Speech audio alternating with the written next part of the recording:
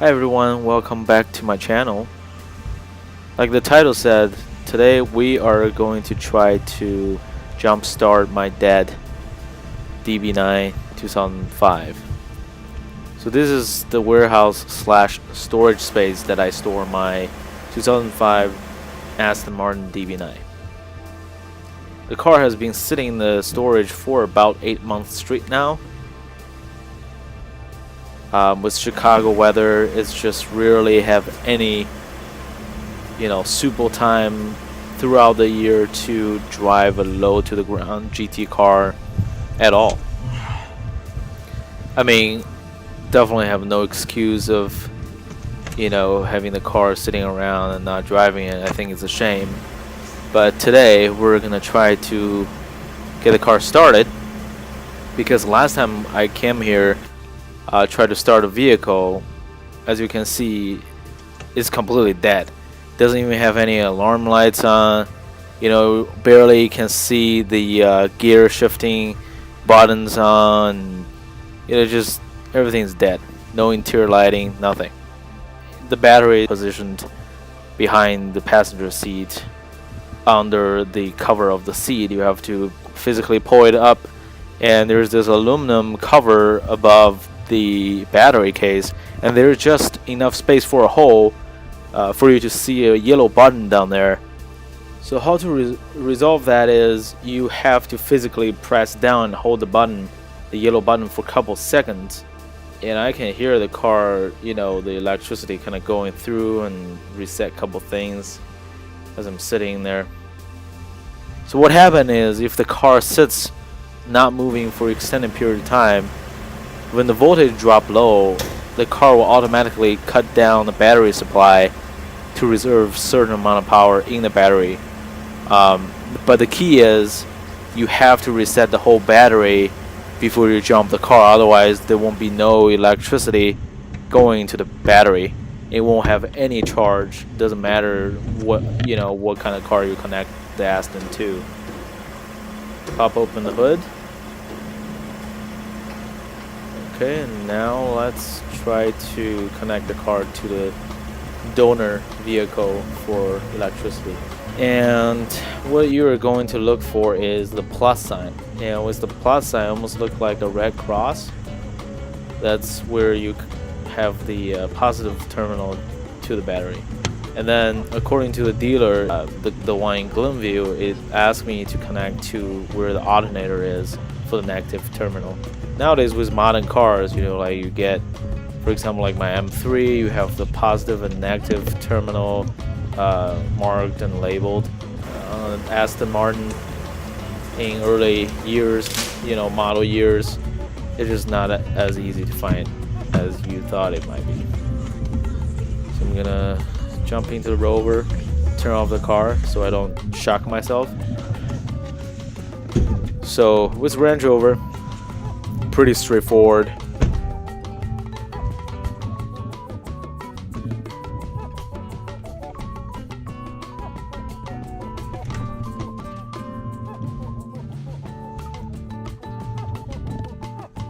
You get the cover for the positive terminal, and you can just find one of those big individual nuts for the negative terminal. You can see me kind of carefully rearrange the jumper cable.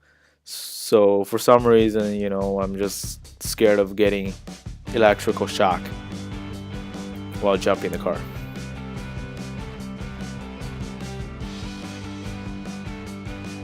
So a normal jumping cable would do. Just make sure it's long enough. I'm going to turn both vehicles off. And my friend actually tells me it doesn't matter which side you put on first, but I try to do the red first.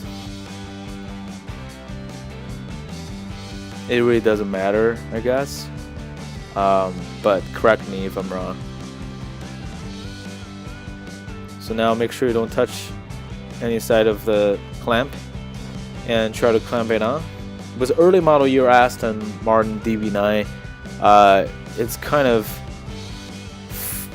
it's really hard to connect the positive terminal just because the hole that contains the positive terminal to the battery is really tight. So a big clamp might not even work. Now I'm trying to decide whether I should listen to the dealer, clamp it on an alternator, or just trying to find some metal parts that actually connects to the ground.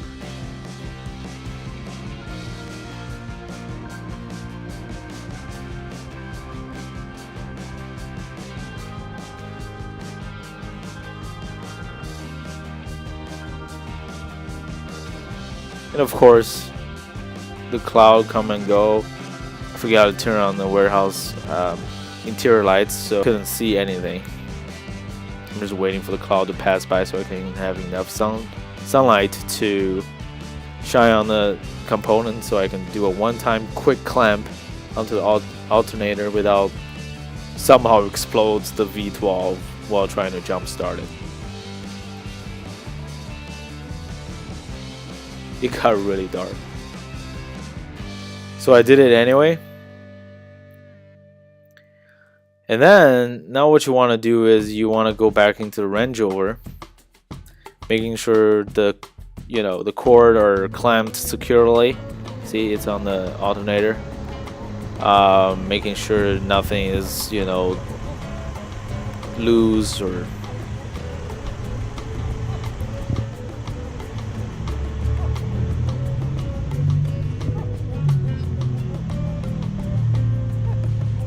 to start the Range Rover.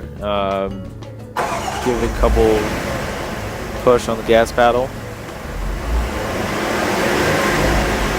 and apparently around 1500 RPM it pushes some juice into the battery.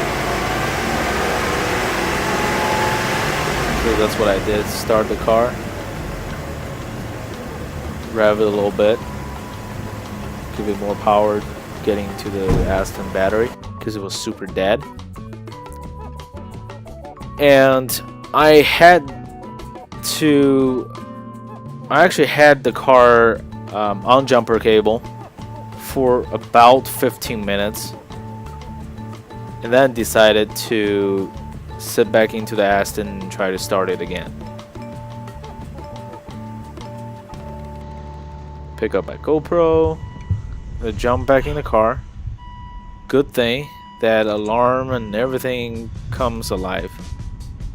And you can see the start button is lit red and the air is coming out of the heater. And the exterior lights all lit up, which is normal. And window control started adjusting itself, which is kind of freaky, but apparently that's what it does after you reset the battery. So according to some of the videos and comments on Aston Martin online forums, once the start button is lit up,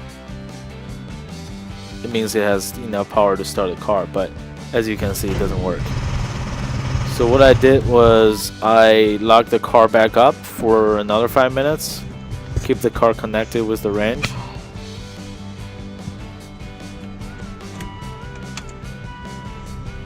Tried it again. Oh my god, finally it's on. And obviously all the emission system maintenance, engine service requirement all went on.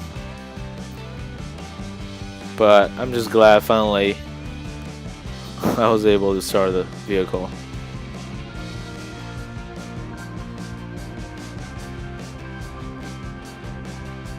As you can see, I was so happy about it. And try not to buy a used Aston Martin. And if you buy one, make sure you drive it. Not like me. I mean, I should be driving it a lot more often.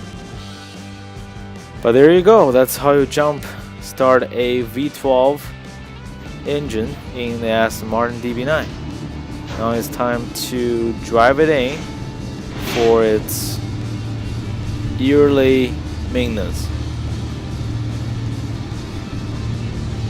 Thank you for watching, and subscribe to my channel if you like anything about cars or just my two adorable puppies. Thank you. Bye bye.